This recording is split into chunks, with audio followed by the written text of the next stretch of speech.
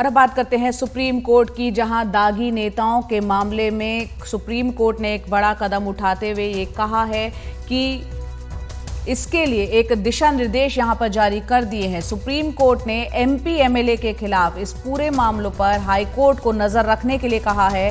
Supreme court ने कहा कि हाई कोर्ट के जो मुख्य न्यायाधीश हैं इस पर खुद संज्ञान लेकर सुनवाई करें। तो एमपी एमएलए जो दागी हैं उन पर खुद हाई कोर्ट के जो चीफ जस्टिस है वो खुद से संज्ञान लें, ये बात सुप्रीम कोर्ट की तरफ से कही गई है।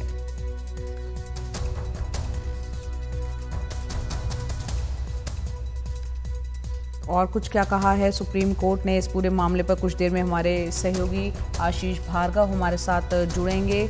तो एमपी एमएलए के खिलाफ पूरे जो मामले हैं उस पर हाई कोर्ट एक तरह से अब नज़र रखेगा। चीफ जस्टिस खुद संज्ञान लेकर इस पर सुनवाई करें। सुप्रीम कोर्ट ने जो तमाम दिशा निर्देश इस संबंध में जारी किए हैं, ये तमाम बातें उसमें कही गई हैं। साथ ही जिला जज स्पेशल कोर्ट के ट्रायल की निगरानी करें।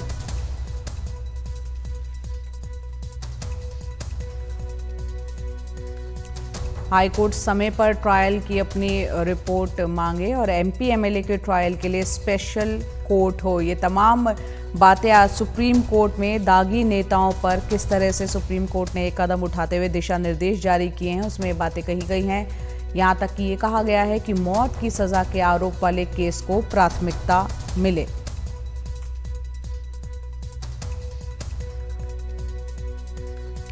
तो दागी नेताओं पर सुप्रीम कोर्ट ने एक बड़ा कदम उठाते हुए इसके लिए दिशा निर्देश जारी कर दिए हैं। सुप्रीम कोर्ट ने एमपी एमएलए के खिलाफ इन मामलों पर हाई कोर्ट को नजर रखने के लिए कहा है और साथ ही कोर्ट ने कहा कि हाई कोर्ट के जो मुख्य न्यायाधीश है उस पर खुद संज्ञान लें और इस पर सुनवाई करें। जिला जज स्पेशल कोर्ट के ट्रायल की निगरानी करे, हाई कोर्ट समय पर ट्रायल की रिपोर्ट मांगे। और यहाँ गौर करने वाली बात यह है कि कोर्ट की तरफ से कहा गया है कि मौत की सजा के आरोप वाले केस को प्राथमिकता मिलनी चाहिए। बहुत जरूरी ना हो तो ट्रायल कोर्ट सुनवाई ना टालें। आशीष भार्गव हमारे साथ जुड़ रहे हैं, सुप्रीम कोर्ट में ही मौजूद थे। आशीष, बताएं सुप्रीम कोर्ट की तरफ से क्या क्या दिशा निर्देश? जी देखिए, सुप्रीम कोर्ट में ये पिटीशन थी। अभी तक सुप्रीम कोर्ट इस केस को मॉनिटर कर रहा था। देश भर में उन्होंने कहा था कि स्पेशल एमपी एमएलए कोर्ट बनाई जाए, जो चल भी रही हैं। हर जिले में ये कोर्ट चल रही हैं। लेकिन अब सुप्रीम कोर्ट ने फैसला सुनाया और कहा है कि हर राज्य में अलग परिस्थिति है और हर एक विशेष जो अदालत है, स्पेशल कोर्ट है, उसकी निगरानी सुप्रीम कोर्ट नहीं कर सकता है।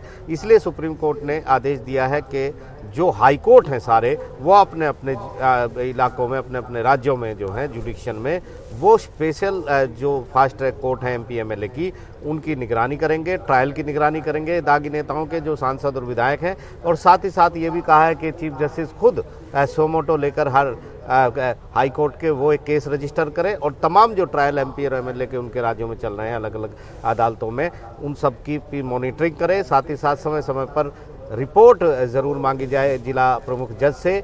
इसके अलावा उन्होंने कहा है कि जिला जज जो है, प्रमुख सेशन जज जो जिले के हैं, वो ऐसे आपराधिक मामलों के ट्रायल की निगरानी करेंगे, ध्यान रखेंगे किसी की तरीके से बिना मतलब सुनवाई न टाली जाए, संसाधनों का इंतज़ाम किया जाए। ये तमाम बात सुप्रीम कोर्ट ने बड़ी कही है यहाँ पर। और सुप्रीम कोर्ट ने कहा है कि जो सजा याफ्ता जो नेता हैं, जिन पर आरपी एक्ट में सजा के बाद से 6 साल की योग्यता का प्रावधान है, उस पर आजीवन प्रतिबंध की जो मांग की गई है कि एक बार कोई सजा याफ्ता हो जाए नेता तो उसे आजीवन चुनाव न लड़ने दिया जाए, उस याचिका पर, उस अर्जी पर वो आगे सुनवाई करेगा। तो काफ़ी अहम है। ऐसे मोड़ पर सुप्रीम कोर्ट ने दागी नेताओं के लिए एक ये तय करने की कोशिश की है कि उनका जो फास्ट ट्रैक जो ट्रायल है वो जल्द पूरा हो जाए, क्योंकि यह याचिकाकर्ता कह रहे थे कि अपने राजनीतिक प्रभाव का फ़ायदा उठाते हैं, अपने ट्रायल में देरी कराते हैं, जिसकी वजह से काफ़ी नुकसान हो जाता है। पूरे आंकड़े भी दिए गए थे कि करीब 33% सांसदों विधायकों पर जो है वो आपराधिक केस हैं। जी बिल्कुल। तो और इसके अलावा यहाँ पर वेबसाइट पर जो है पेंडिंग केस की जानकारी की व्यवस्था भी सुप्रीम कोर्ट ने कहा है कि वो होनी चाहिए। तमाम अहम जानकारियाँ दी हमारे सहयोगी आशीष भार्गव ने। बहुत बहुत शुक्रिया आशीष।